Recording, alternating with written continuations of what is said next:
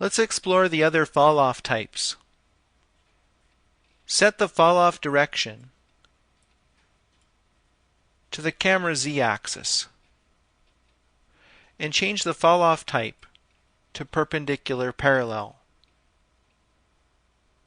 The idea here is that the surfaces that are perpendicular to the viewing direction are identified as being part of the front slot.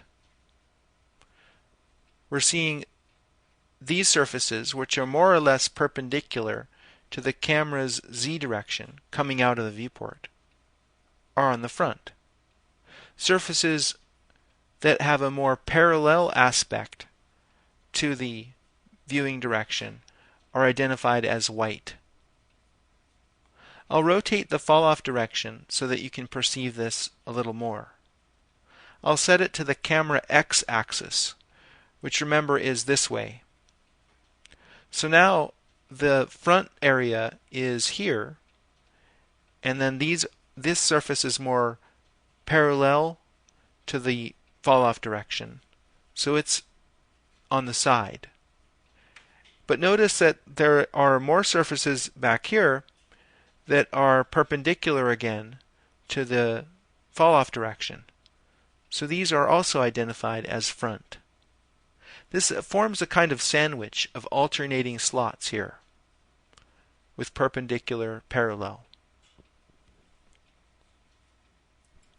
Fresnel is a lot like perpendicular parallel, but it has a narrower band.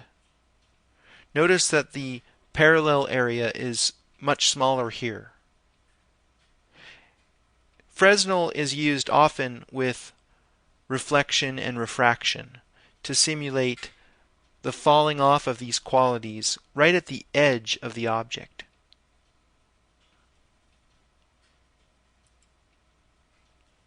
I'm going to skip over shadow light and come back to it after distance blend. Distance blend uses these parameters down here. And they depend upon the scale of the object, the size of the actual object. Here we have a teapot with a small radius, so the distance blend should be fairly small. I'll set this at 1 inch. And now we can see that transition boundary.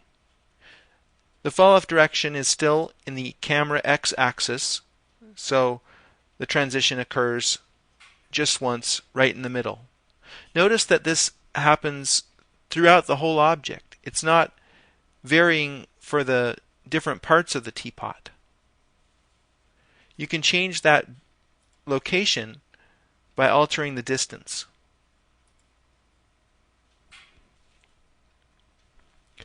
Finally, shadow light is kind of unique because you can't set the fall-off direction. That's controlled by the lighting in the scene. There's a boundary here between the lit areas and the shaded areas. I'll move this omni light to a new location and then reinitialize active shade. Now you see that the transition zone has moved because the lighting on the teapot has changed.